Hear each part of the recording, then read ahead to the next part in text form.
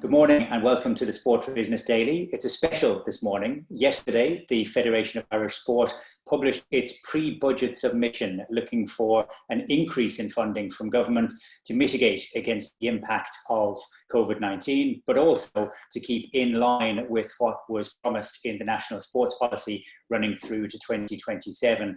I'm joined by Graham Louth, who's the manager of the Louth Local Sports Partnership, by Hamish Adams, the CEO of Athletics Ireland. And first, if I can come to you, Mary O'Connor, CEO of the Federation of Irish Sport. You've asked for more money, Mary. Is that an absolute amount, a percentage amount, or what would you be happy with? The Federation of Irish Sports is a very proactive, solution-focused organisation. We believe that sport and physical activity, when it's invested in this country, gets a major return, both economically and socially. What we're asking the government to do in Budget 2021 is to deliver on its own commitment that's outlined in Action 45 of the National Sports Policy, where it aims to double funding for sport over the lifetime of that policy. And up until now, the government has delivered Budget 2019 and Budget 2020. So we saw that increase for funding for sport. But it can't be forgotten that for a decade before 2019, funding for sport in this country was very flat, and we all know the reasons why. Sport has made enormous strides in the last 2 years as a result of that increased funding, and we've proven that we use it well. I think it's important that the funding for in Budget 2021, that's continued. Not alone because of the challenges that COVID is facing, but government knows that they will get a return on that investment when they invest in sport and physical activity, because it will mean a healthier nation and it will direct people away from health. They did say in point 45 of the National Sports Policy that they would, and I quote, increase funding to participation programmes for every year of the policy with the intention to double our annual investment. Is there the possibility that the amount of money which has been promised in mitigation, the Sports Recovery Fund of 70 million, might be looked at as being enough of a contribution, and that could be wrapped up as being part of that increase? Absolutely not. The Resilience Fund was unprecedented for Irish sport, but we're in an unprecedented time.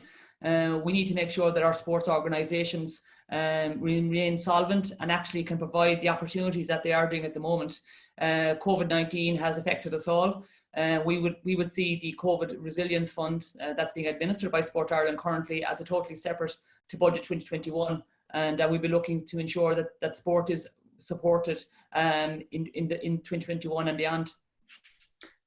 Coming to you, Hamish, there's no specific reference to increases in annual funding when it comes to performance, and yet we have an Olympic and a Paralympic Games coming upon us now in 2021, please God. Is there the possibility that the money which was promised as being in line with comparator nations could actually be at risk when it comes to this? That if participation, for all the good reasons of health and economy and everything else, are protected, is there a danger that the high performance side of it might suffer? I think, look, a tough question to answer, Rob, but we certainly have an expectation that just like core funding, high performance funding will increase year on year. Certainly 2021 will be a very expensive year for us all because of the Olympic Games, and because also so many of the cancelled international events have been pushed to 2021. So the number of international events in 2021, yes, we've ring-fenced 2020 funding and we'll bring that forward, but it will be a very, very expensive year. For instance, we are sending a team to the World Half Marathon Championships in the coming weeks.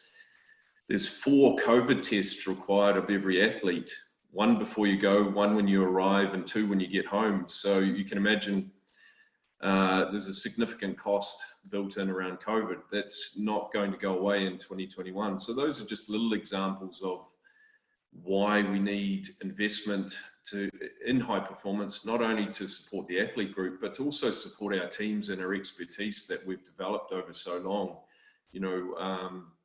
It's critically important that we keep those teams together and keep delivering for the nation on an international stage. Graham, the local sports partnerships are deeply involved in every county of the country in terms of programmes, participation, looking at disadvantaged, looking at minority groups and getting the people that are harder to reach involved in it. Politics, though, is all about the big picture. And when politicians look at sport, is there a fear that they might see the big GAA games and the championships, or the rugby internationals, or the qualification for the Euros, and they say, well, we need to protect those, and maybe the little person is not going to be seen as having quite such a powerful voice? I think that's always a concern. I think in the current climate, we look at it and we have to say, if this is about investing in the future, if you invest at grassroots level across all sports, and I suppose from the local sports partnership perspective, we don't deal in any one activity, we deal in all sports, all activities.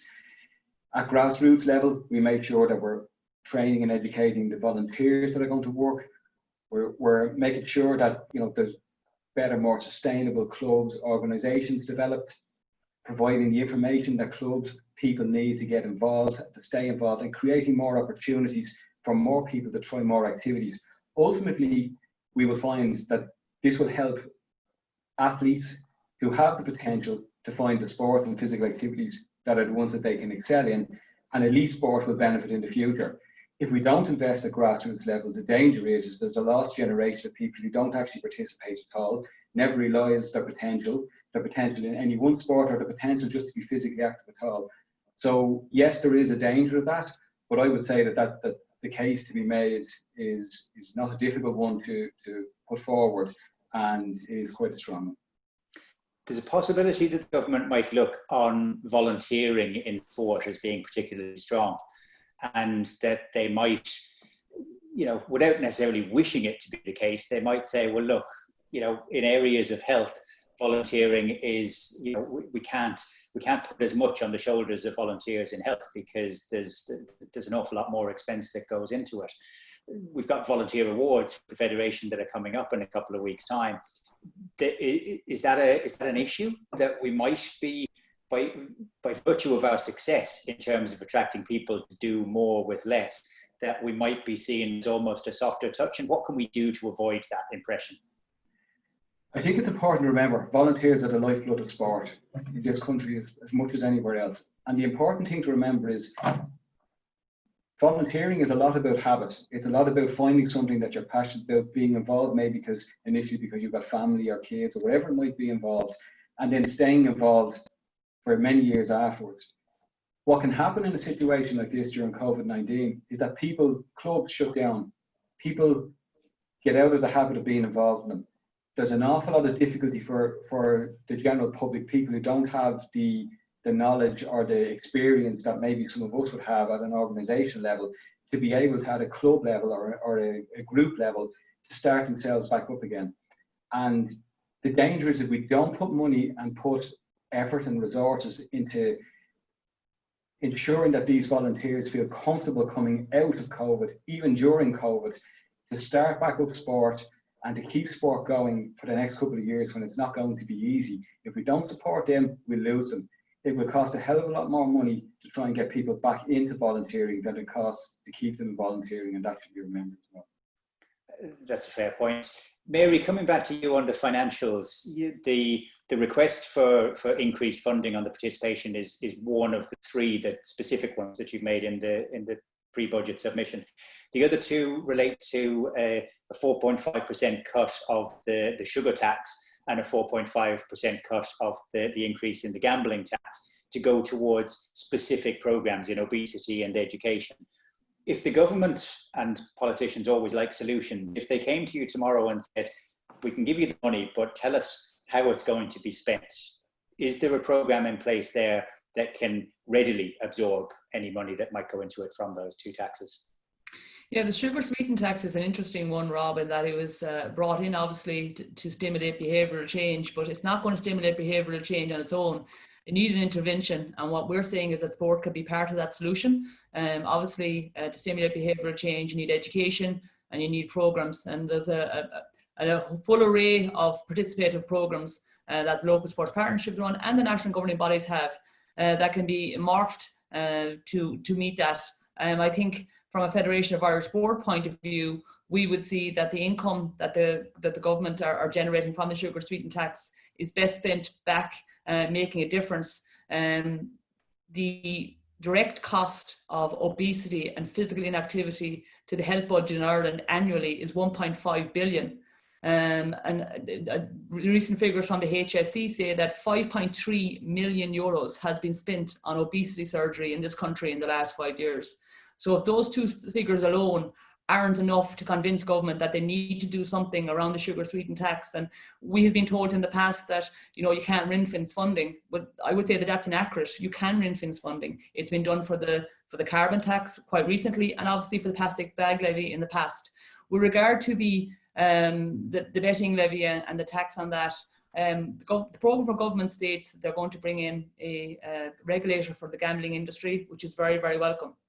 What we want to do is create an overarching support where we can have a communication education tool set up for people involved in sport, coaches, administrators, so they can actually signpost those at risk from gambling addiction.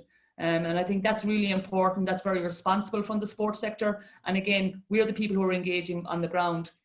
And if I may, just to divert away, to go back to the point on volunteering, 450,000 people volunteer for sport in this country every week, on average 3.5 hours a week. That's worth 1.1 billion to the Irish economy. So the government would be first to say that the Exchequer couldn't pay that out. We need to maintain our volunteers. We need to recognise them. And I think everybody in the country can see how brilliant our volunteers have been during COVID-19. We have all of those volunteers that are out there. We have more people running, Hamish. We have more people swimming. We have more people cycling now, according to the Sport Ireland research that came out last week. We've got a little over 3 weeks to go until the budget is published. Probably only days in order to actually sort of, you know, make a real impact in terms of how that might look. What should sport be doing as a sector, an overall sector, as in anybody who is involved in sport or who loves sport or participates in sport? From each of the three of you, what would you think that we should and could be doing in this next period of time? I think we need to promote the fact, as Mary and Graham and yourself know well, that an investment in sport is an investment in the mental health and the physical health of our society, and there's a huge amount of evidence to promote that. And I think that our volunteer base, I'd encourage every single person to talk to every local councillor, to every local TD, and encourage, note what you're doing for your local club, note what you're doing as a volunteer, and note how important it is to invest in our sports going forward. Because look, sport is in crisis like many, many businesses. But what we're asking for is a really, really small chunk of funds to keep us going. I think that, you know, what we're asking for relative to the health or social welfare benefit ask is tiny, but what we can deliver is huge. Okay, and Graham, on the ground? On the ground, I think it's just to remember that it's going to cost an awful lot more money in the long term to get us back to where we are now if we don't continue to invest and keep moving forward. We haven't stopped during the whole COVID crisis. Even during the shutdown, the NGBs, the LSPs were working remotely to keep programs going. Training has continued. Safeguarding training is still going on, but it's going on remotely. We're adapting. That's what we do. Like every other industry, we're adapting. We continue to adapt, but to adapt, we need to be resourced. We need to continue to be resourced at a level that will allow us to move forward. Moving forward will mean that it will save the country money in other areas, and that needs to be at the forefront. And Mary, finally, what are the key numbers that people should bear in mind that will impress government if they have only a fleeting split second to actually hear something? What should that be? From a Federation of Irish Sport point of view, and we represent 110 members, what we've always said is that sport matters, and we'll be exercising that opportunity over the next couple of weeks. We'll be seeking meetings with both Minister Martin and Minister Chambers, and also the Minister for Finance and Minister of Public Expenditure Reform. But what I would like people to remember is that for every €100 that the government invests in Irish sport and physical activity in this country, they get a return of €195 in associated taxes. That's just the economic piece. Obviously, if you're talking about, you know, the societal and the community piece, that's evidence all over the country. But we need to ensure that our government recognises the value that sport gives back to society in Ireland, and we're very confident that we will see that increase in budget 2021 for sport. Well, sport is all about finishing lines and final whistles. We know when this one is going to be, for the time being at least, on the 13th of October. We can play sport in the fresh air. We can't do it on fresh air. That's the message that we want to get across. And thank you very much to Mary O'Connor from the Federation of Irish Sport, Hamish Adams from Athletics Ireland, and Graham from the Louth Local Sports Partnership as well. You've stated the case very well. Hopefully politicians are listening. Thank you very much.